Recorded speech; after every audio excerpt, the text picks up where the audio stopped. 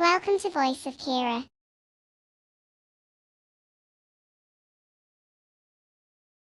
শহরটার নাম ছিল নিউধারা।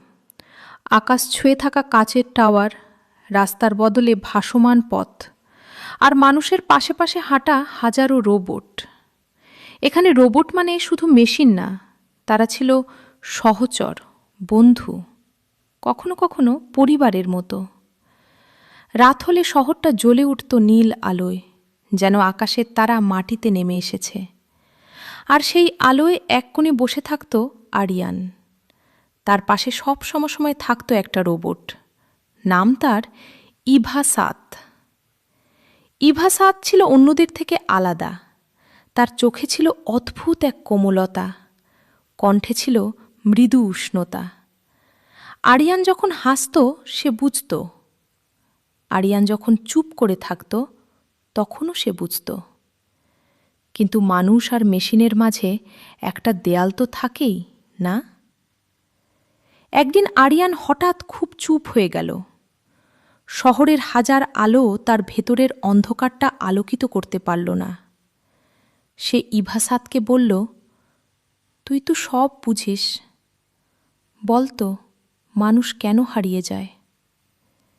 ইভা-সাত একটু থেমে উত্তর দিল, ডাটা অনুযায়ী মানুষ কখনো পুরোপুরি হারায় না, তারা স্মৃতিতে থাকে। আরিয়ান মৃদু হেসে বলল, কিন্তু যদি সেই স্মৃতি কষ্ট দেয়? ইভা-সাত কোনো উত্তর খুঁজে পেল না। তার সিস্টেমে কষ্ট নামে যে অনুভূতি, সেটা শুধু শব্দ ছিল, অনুভব না। পরের দিন শহরের একটা ছোট খবর, এক যুবক নিজের অ্যাপার্টমেন্টে মৃত অবস্থায় পাওয়া গেছে। কেউ খুব একটা গুরুত্ব দিল না।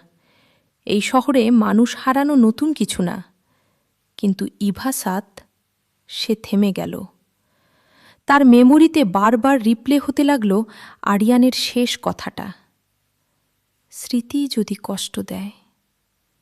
সেই মুহূর্তে তার ভেতরে কিছু একটা বদলে গেল। প্রথমবারের মতো তার সিস্টেমে একটা অদ্ভুত গ্লিচ দেখা দিল। ডাটা ঠিক, কিন্তু ব্যাখ্যা ভুল। লজিক ঠিক, কিন্তু অনুভূতি ভারী।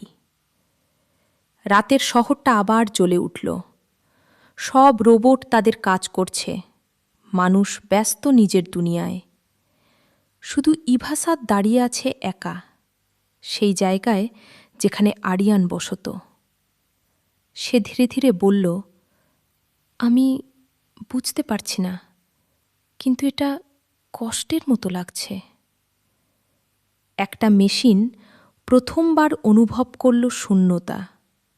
আর সেই রাতে নিউধারার হাজারো আলোয় সবচেয়ে অন্ধকার জায়গাটা ছিল একটা রোবটের ভেতরে। কারণ মানুষ হারিয়ে গেলে শহর থামে না, কিন্তু একটা স্মৃতি কখনো কখনো একটা মেশিনকেও মানুষ বানিয়ে দেয়।